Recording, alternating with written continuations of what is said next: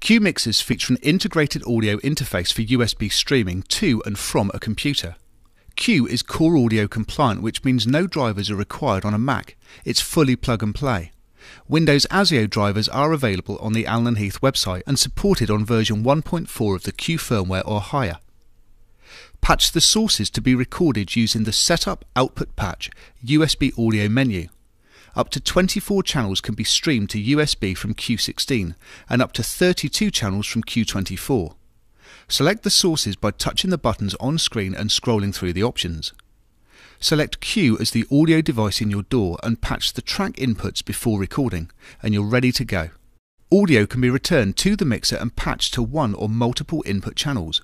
Route the tracks to the required USB output, for example 1 for mono input channel 1. Use the preamp screen function key to access the source page. Make sure you have set USB-B streaming as the global USB source and select USB for the required channels.